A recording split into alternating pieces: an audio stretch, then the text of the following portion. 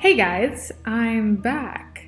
Yeah, I just want to jump right in and share with you, more of what I want to do now on this channel and that kind of things that you can learn.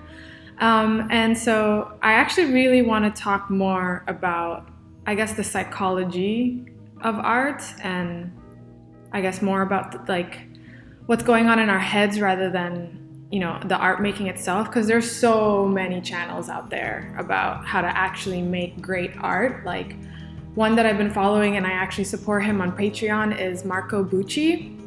Check his stuff out. It's so professional. The way he explains art concepts is so helpful and so amazing. But instead, I actually want to talk more about the thinking, when it comes to art. And so what I want to share with you today is to help you answer the question why you might not be a successful artist right now and maybe even in the near future. And you can put success, like that word success, you can put whatever you want in there, whatever you define as success. For me, it's completely supporting myself with art. And a really successful is I'm not just supporting myself, I'm actually quite comfortable with the money I'm making. So for you, it can be as grand as working for Disney, that's what you consider a successful artist, or it can be as simple as you just want to get better at hands, you want to be really good at drawing hands. What I'm about to talk to you about, I didn't invent this. This was introduced to me by the Life Coach School podcast. It's this woman. Her name is Brooke, and she makes this podcast about life coaching and just about, just life and all that good stuff. And she's helped me a ton. So what I'm about to tell you right now is this thing called the model. Well, she coined it and she kind of put it together, but she even said in her first episode that it's she didn't invent this. This is just the way the world works and pretty much what the model is, okay? So the model is you have a thought, okay? And that thought creates a feeling. And then that feeling creates your actions. It drives your actions. And so in the end, that's what creates your results. Okay, so this might be really obvious to some people, to some of you, but this blew my fucking mind, okay? I was just holy shit, that really is how it works. And if you really think about it, it's so true. You always act the way you feel. If you're really mad at somebody, and you have a thought about them that how mad you are, you never have that feeling, oh, I'm gonna go hug them when you're thinking some really mad thoughts about somebody. I mean, you might hug them if you're trying to trick them or something, When you're mad, when you're really mad, you don't go and do something that's loving or, just a mad action. And I do this all the time with my boyfriend. We would be fighting the other day. We would have a fight and then we'd make up, we're fine. And then, the next day, I would think about the fight. I don't know, it just comes up. I think about the fight and I would think about what he did to make me mad. And we're cuddling in the bed or something, and then I'm thinking about this thing that made me mad the other day, and all of a sudden, I'm kind of mad again, I'm feeling mad again because I'm thinking about the thing that pissed me off. And then suddenly, even though we're cuddling in bed, I suddenly don't feel like cuddling him anymore, that happens all the time. And then we end up fighting again because I would bring it up and it's super silly stuff. She says this, it's always in that order. It's always starts with a thought and then a feeling and then your actions and then your results. I mean, there have been studies done that show that maybe your actions affect your thinking or your actions can affect your thinking. I think have you heard of that TED Talk about power posing? It's one of the top TED Talks. And yeah, I'm really sure there's something to it. I really believe, I'm sure that doing yoga, will affect your thinking to make you feel more calm. But personally, for me, I feel I've done some crazy changes in my life when I focus more on my thoughts first. because my thoughts create my feelings, and then my feelings create my actions. So the more I think about how good it is for me to do yoga, the more I'll do yoga, you know? Anyway, so for me in the past, before I learned about this, I was totally overcomplicating this chain. You know, I just had no idea where my feelings were coming from. I had no idea why I was doing what I was doing. I was just feeling so out of control. And so like, how can you expect to change anything in your life if you don't even know why anything is happening, why you're feeling anything? Okay, so back to art. So I really love her podcast, and what I want to do is like talk about some of the things she brings up, but I kind of want to, you know, focus it more to art because, you know, that's my passion. That's what I want to do with my life. So let's think about like what a successful artist, you know, what their chain looks like, what their model looks like versus an unsuccessful artist. So a successful artist, for example, might have a thought like, you know, this is the thought, I believe in myself, which makes them feel what? Like courageous, brave, confident. And so their action, because they're feeling brave, courageous, or confident, that makes them draw really, really often, right? And then as a result, they're improving like crazy. You know, they're making leaps when it comes to their art making abilities. And you guys know what I'm talking about. Like, you know, those artists that are posting like 15 times a day on their social media and everything looks fucking amazing, right? Like, don't you hate them? No, I'm kidding.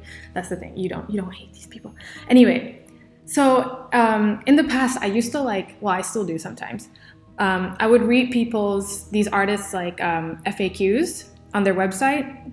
You know, I would read so many of my favorite artists' FAQs because, you know, I was hoping that there was some secret answer in their FAQs that would suddenly make me a great artist the next day, you know? Like, they just have this like imparting gift that like I'll find just in this one page. And of course, I was always disappointed because I didn't become an amazing artist the next day. But surprisingly, they did give their secret sauce answer. If you guys know, there's this one artist, Cosmic Spectrum. I think her full name is Jana Bogach. She's like a really incredible artist. She was one of those artists that like was just churning out work all the time, and like really awesome work too. And so, you know, she had her FAQ, and one of the questions I think that she was answering, this is not super accurate, but it was something like, you know, how are you so good? Why are you such a good artist?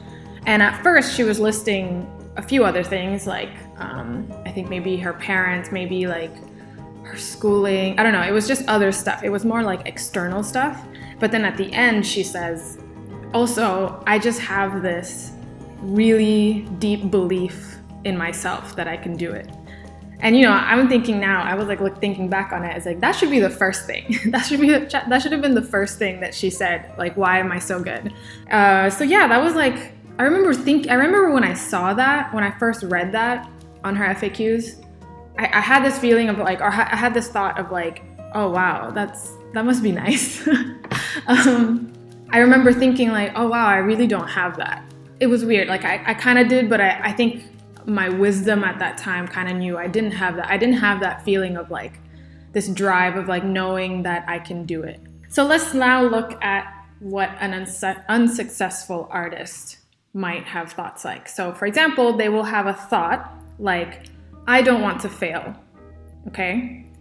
Which then leads to having a feeling of fear, and that leads to procrastination, which pretty much ensures that you never fail. So your result is that you never do any art, or you do it not a lot of momentum, and so you aren't failing because, you know, we think that it feels better to not fail than it is to create a lot of work and fail a few times.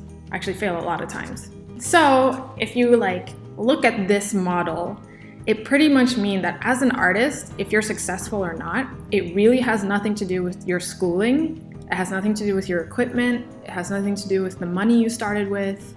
It's all to do with your thinking. I mean, of course, there's exceptions, or of course, there's different circumstances that could help or not, but there's so much evidence of very, very successful artists who never went to school. Like, do you guys know Noah Bradley? He's like a really, really amazing environment painter. Like all his work is in Magic the Gathering all the time. And he first went to school at Rhode Island, RISD, which is an amazing, amazing school. But after 1 year, he couldn't afford the tuition anymore. So he went to a local, I think just like a state college. Like it didn't even have the word art in the college, in the university. It was a very much like a broad university. And he still is like the amazing artist he is today. His schooling didn't matter, like he was still worked his ass off at that next school where he was in the next 3 years. I'm understanding like it really has nothing to do with your external stuff. It really has to do with your mindset. This is really great news if you guys think about it. I know at first it might seem like, oh shit, I guess it really is all on me. But like this is actually really, really good news. So then now you can like kind of understand yourself better. So if you're procrastinating, okay, what are you feeling and thinking when you're doing that, or before you're about to procrastinate? What kind of combination is going on there? And then if you're undercharging yourself, for example, you're charging your clients way lower than what you deserve, again, what feeling and thought is driving that? Like, why do you think you don't deserve, the more money? Also, this is a big one. If you're having art block, which I think so many artists complain about, what are you feeling and thinking? And then you can ask yourself, like, if I didn't have art block, what would I draw? And then it's kind of like right there. It's just like, it sounds like when it comes to art block, you're thinking, I don't know what to draw. And then you're feeling, I don't know, anything, right? Stuck. Unmotivated. And then if you just start with a thought, it's like everything can change. It's so crazy. I mean, yes, like doing 100 drawings, taking art classes, having working equipment, yes, of course that would really help when it comes to your art career. But if you're not drawing 100 drawings now, you're probably not going to with the same thought pattern next month. And for me, I think the reason why this is so new to some of us, I mean, it was so new to me, is because when we ask a successful artist or a successful person, why are they successful? They tell us their actions. They tell us what they did. And then we're left wondering, like, why can't we do the same thing? Why do I keep, I guess hurting myself by procrastinating or doing things that doesn't help me? And it's because none of them really tell us that it starts with a thought. We just think about the action and we're like, yep, that's what you need to do. And we don't realize that all of those start with a thought. So here's the even better news. You can learn to change your thoughts, which will then change your feelings, which will then change your actions and change your result and your relationship to art making. So funnily enough, for you to become a successful artist, you already need to think you're a successful artist. I seriously recommend listening to Brooke's podcast. This is related to her first episode. It's called the Life Coach School podcast. Find it on iTunes, find it wherever. It's all free, and her first episode, at least listen to the first episode. It's just so good.